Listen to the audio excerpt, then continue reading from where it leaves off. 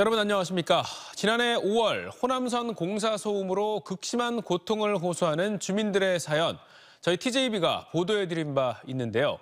소음을 피해 임대 아파트로 거처를 옮겼던 피해 주민들이 이달 말 공사 완료를 앞두고 원래 살던 집을 둘러봤더니 집안 곳곳에서 심각한 균열이 발견됐습니다. 주민들은 주택 균열을 보수하고 안전 점검을 하겠다던 시공사 측이 약속을 지키지 않고 있다며 분통을 터뜨리고 있습니다. 조형준 기자입니다.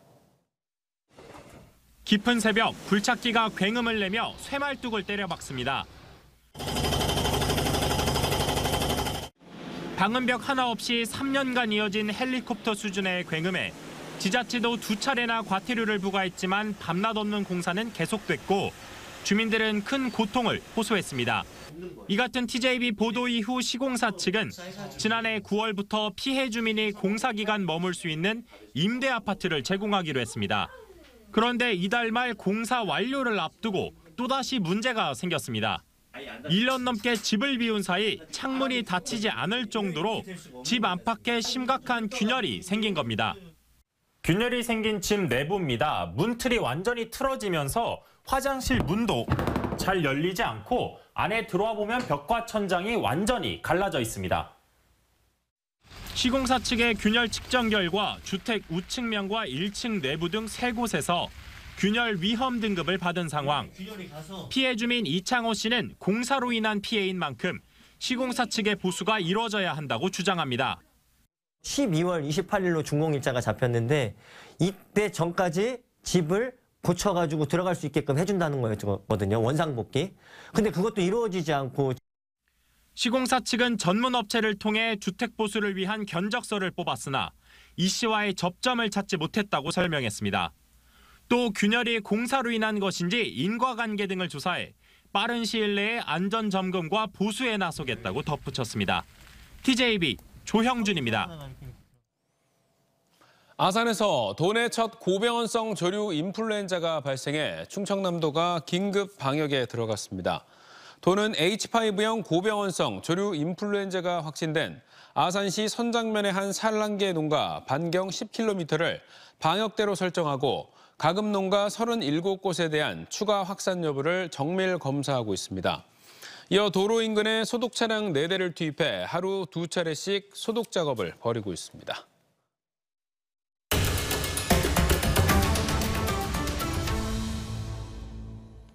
대전은 전국에서도 손꼽힐 만큼 많은 전세 사기가 발생하고 있습니다. 특히 피땀 흘려 모은 전세 보증금을 떼일 위기에 놓인 피해자들 대부분이 20, 30대여서 더욱 큰 안타까움을 낳고 있는데요. 보증금을 언제 받을 수 있을지 막막한 피해자들은 그야말로 피말리는 심정으로 하루하루를 버티고 있습니다. 현장 리포트에서 이수복 기자가 피해자들의 삶을 자세히 들여다봤습니다. 회사를 마치고 집으로 돌아온 여성. 손에 식당 홍보전단지를 한 움큼 집어들고 다시 거리를 나섭니다. 동네 아파트를 오르내리면서 홍보전단을 붙이고 손에 쥔 돈은 하루 10,000원에서 20,000원 남짓. 전세 사기 피해자 민들레 씨에겐 더없이 소중한 돈입니다. 피곤할 법하지만 쉬기엔 아직 이릅니다. 곧바로 사진관 보조 아르바이트에 나서야 하기 때문입니다. 1억 원 넘는 보증금을 빚으로 떠안게 된 민들레 씨는 경기진흥요원과 호프집 서빙 등 주말 밤낮을 가리지 않고 일하고 있지만 대출이자를 내기도 버겁습니다. 이자가 감당이 안 돼서 본업만으로는 힘드니까 지금 이렇게 투잡으로, 쓰리잡으로 하고 있는 거거든요. 무거워진 삶의 무게가 버겁기만 한데 피해자들을 향한 조롱 섞인 시선은 이들을 더 힘들게 만듭니다. 결국 너네가 멍청해서 사기 당한 거 아니냐. 애초부터 잘 알아보고 했으면 그렇지 않냐. 그런 말씀을 되게 많이 하시는데 임대인과 공인중개사, 공인중개 사무사가 완전 그렇게 짜고 치는 고스톱인데 저희 같은 힘없는 2030 청년이 어떻게 당해내겠어요. 전세 사기는 내 집 마련의 꿈도 물거품으로 만들어버렸습니다. 신혼부부 특별공급으로 청약에 당첨돼 내년 8월 입주를 앞둔 부부. 잔금 기일이 다가오면서 밤잠을 설치고 있습니다. 1억 8천만 원 상당의 보증금을 중도금으로 낼 계획이었지만 전세 사기를 당했고 사기 행각을 벌인 임대인은 구속돼 재판 중이어서 보증금을 돌려받기 힘들어졌습니다. 너네 집 전세 사기 당했다며? 이렇게 이야기를 했다고 해요. 그래서 이런 게 아이가 이런 얘기를 참 느껴서 미안도 하죠. 약혼자와 결혼을 준비 중이던 백성현 씨는 전세 사기 때문에 파혼의 아픔까지 겪어야 했습니다. 조작된 선순위 보증금으로 자신을 속인 임대인 때문에 8천만 원의 보증금이 빚으로 다가오자 약혼자 측에서 결혼이 어렵다는 의사를 전달했기 때문입니다. 하늘이 좀 무너져 내렸다라고 표현을 하는 게 맞는 것 같고요. 일상생활이 좀 지장이 있을 정도로 좀 힘든 과정을 좀 겪었습니다. 사기로 보증금 중 전세 대출을 받은 9,600만 원을 고스란히 빚으로 떠안게 된 30대 여성은 개인회생을 준비하고 있습니다. 상상조차 못한 일, 자신이 받은 중소기업 청년 전세 대출을 내놓으며 전세를 권했던 정부가 원망스럽기만 합니다. 중소기업 청년 대출이라고 중소기업에 다니는 청년들을 위해서 만들어진 혜택 같은 거잖아요. 그것도 없애야 되지 않나. 대전 전세사기 피해대책위원회가 확인한 지역 내 전세사기 피해자는 3,300가구, 3,500억 원을 넘어선 피해액은 연말까지 4천억 원에 육박할 것으로 예상됩니다. 피해자들은 선구제 후회수와 피해자 인정 요건 완화 등 전세사기 특별법의 연내 개정을 요구하며 국민의힘 당사 앞에서 매일 1인 시위를 이어가고 있습니다. 사회적 재난이 된 전세사기, 그 소용돌이의 중심에 선 피해자들은 그 어느 때보다 춥고 고달픈 겨울을 보내고 있습니다. TJB 현장 리포트 이수복입니다.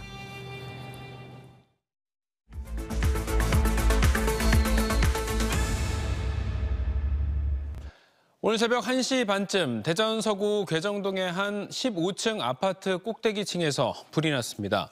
불은 10여 분 만에 꺼졌지만 집주인 40대 남성 한 명이 연기를 마셔 병원으로 옮겨졌고 아파트 주민 60여 명이 긴급 대피하는 소동이 벌어졌습니다.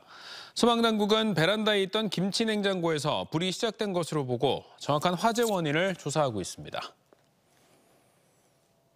천안에서 발생한 공사장 초중생 집단 폭행 사건과 관련해 중학생 5명이 공동 상해 혐의로 재판에 넘겨졌습니다.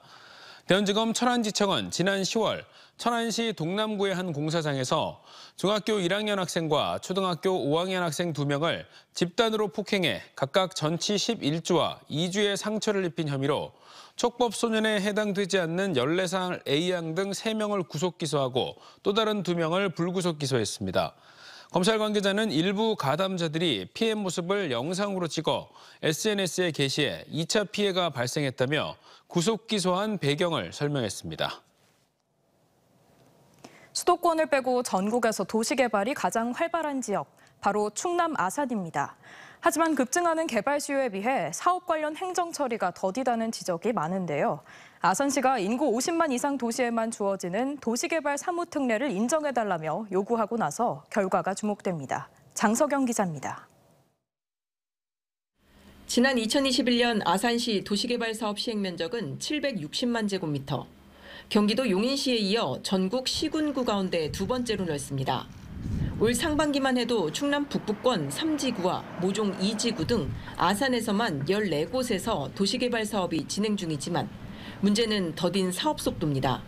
현행법상 도시개발 구역 지정 권한이 인구 50만 이상 대도시에만 부여되다 보니 인구 38만의 아산은 도시개발 사업 시 충남도와 시의 행정 절차 중복이 불가피하기 때문입니다.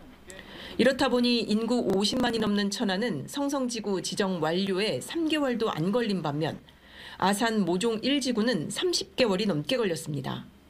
아산시는 지방자치법을 근거로 지난 2월 행안부에 도시개발 사무 특례 지정을 신청했지만 11개월째 묵묵부답입니다. 지난달 28일 열린 특례 심의위원회에서도 타 시군과 형평성 논란을 이유로 결론을 내리지 못했습니다. 도시개발 사무특례는 아산시의 개발을 10년 이상 앞당길 것이라며 반면에 행정 절차가 지연되면 도시 성장이 탄력성을 잃어 기업과 인구가 빠르게 빠져나갈 것이라고 우려하고 있습니다. 아산시는 특례가 특별한 사안을 효율적으로 처리하기 위해 만들어진 제도인 만큼 50만 인구를 기준으로 기계적 형평성을 들이대는 건 앞뒤가 맞지 않다는 입장입니다.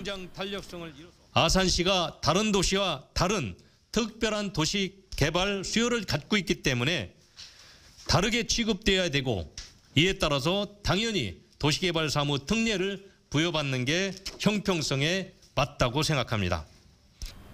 아산시는 특례 부여를 위해 국토부와 행안부 등 관련 부처를 지속적으로 설득하는 한편 정치권과의 공조 작업도 이어간다는 계획입니다.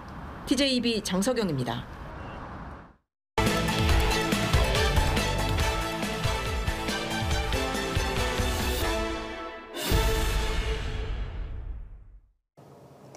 지난 1973년 문을 연 대덕 연구개발특구. 1978년 백곰 지대지 미사일 개발을 시작으로 4메가 디램 개발, 1996년 세계 최초 CDMA 상용화에 이어 올해 누리호 실용위성 발사까지 그야말로 대한민국의 과학 발전을 이끌어왔습니다. 특구에 입주한 연구소와 기업들을 통해서는 매년 7조 7천억 원의 R&D 투자와 21조 원의 매출이 창출되고 매년 1,500건 내외의 공공기술이 민간으로 이전되는 과학기술 기반 혁신 클러스터로 성장해 왔는데요. 50주년을 맞은 대덕특구가 향후 50년을 어떻게 준비해야 할지 세 차례에 걸쳐 기획보도를 마련했습니다. 오늘은 그 첫 시간으로 규제 풀어야 산다를 주제로 김철진 기자가 전해드립니다. 인간형 로봇 큐보를 탄생시킨 레인보우 로보틱스. 카이스트 로봇 연구센터에서 출발해 이제는 시가총액 3조 원을 돌파하며 코스닥 시총 10위권 기업으로 성장했습니다. 그동안 대덕특구에 본사를 두고 회사를 키웠지만 지난해 말 세종의 첨단산업단지에 연구 생산시설을 짓기로 하면서 세종으로 본사 이전 논의까지 나오고 있습니다. 이처럼 유망한 기업들이 대전을 떠나는 가장 큰 이유는 부지 확보 문제 때문입니다. 대학과 고급 연구 인력이 많은 대덕특구에 들어오기를 희망하는 기업들은 많지만 부지 문제와 각종 제약 속에 대전을 떠나는 겁니다.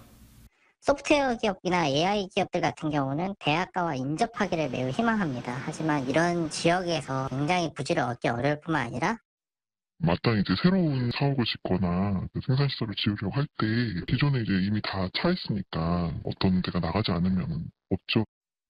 연구원과 대학 등이 집중된 대덕특구 1지구의 면적은 여의도 3배가 넘는 27만 8천 제곱미터에 달하지만 그중 40% 가까이가 녹지구역입니다. 특구법상 연구환경 유지를 위해 원형 그대로 보존해야 하는 토지가 많고 건폐율과 용적률도 낮다 보니 빈 공간은 많지만 개발할 공간은 없는 셈입니다. 대전시와 지역 기업들은 대덕특구의 고밀도 개발을 위한 규제 개선이 시급하다고 입을 모읍니다. 특구 발전을 위해서 다양한 법률들이 있는데 그런 부분들이 규제의 일본도입니다. 층고도 제한이 좀 심해가지고 7층 이상 지을 수 있도록 그 업종에 따라서 이렇게 규제 완화 이렇게 해주셨으면 좋겠고요. 원촌지구와 대동, 금탄지구 등 특구로 묶였지만 수십 년간 개발 계획조차 수립되지 않은 채 방치되는 지역들도 문제입니다.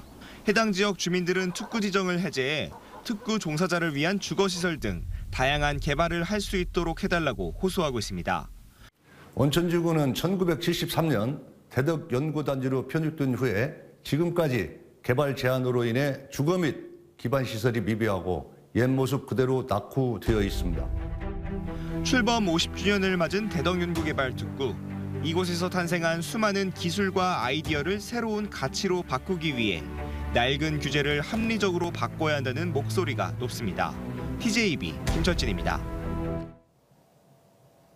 대전시와 충북도가 메가시티 건설을 위한 광역철도 추진 방안을 논의했습니다. 이장우 대전시장과 김영환 충북지사는 대전시청에서 간담회를 열고 대전에서 옥천 광역철도 추진과 지역 간 개발 제한구역 규제 완화 등에 대한 의견을 나누고 향후 광역생활권 기반 마련을 위해 필요한 철도 인프라 구축에 힘을 모으기로 했습니다.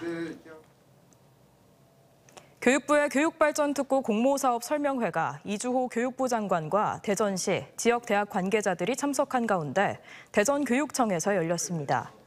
교육발전특구는 지자체와 교육청, 대학과 지역기업, 공공기관 등이 지역 교육을 혁신하고 지역에 머무를 수 있도록 지원하는 사업으로 이 부총리는 대전이 최고의 모델을 제시해 어디서나 살기 좋은 지방시대를 만들기를 기대한다고 밝혔습니다. 대전시와 대전시 교육청은 내년 초로 예정된 교육부 공모사업 선정을 위해 공조하는 한편 대덕특구를 활용해 지역 인재 양성에서 지역 정주로 이어지는 생태계 구축과 늘봄 학교를 기반으로 한 돌봄 체계 강화를 청사진으로 제시하기로 했습니다. 한국기상산업기술원이 대전 동구 가양동으로 1차 이전을 마치고 업무를 시작했습니다. 1차 이전은 기술원장을 비롯한 경영기획본부, 산업성장본부 등 6개과 총 60명으로 오는 2027년 대전 역세권 복합환승센터가 완공되면 현재 서울에 있는 나머지 직원 60여 명도 이전을 마칠 계획입니다. 이로써 지난 2021년 중소벤처기업부가 세종으로 옮겨가면서 대체 공공기관으로 오기로 했던 기상청과 한국특허전략개발원, 한국임업진흥원까지 4개 기관의 대전 이전이 마무리됐습니다. 국내 연구진이 독자적으로 개발한 한국형 소형 원전 스마트의 상용화를 위해 한국원자력연구원과 민간 기업이 손을 잡았습니다. 원자력연구원은 소형 모듈 원자로 SMR인 스마트를 상용화하기 위해 현대 엔지니어링과 업무 협약을 맺고 연구원은 원자로 설계와 현지 인허가 업무를, 현대 측은 사업 개발을 수행해 캐나다 현지 실증, 건설 사업에 속도를 낼 계획입니다.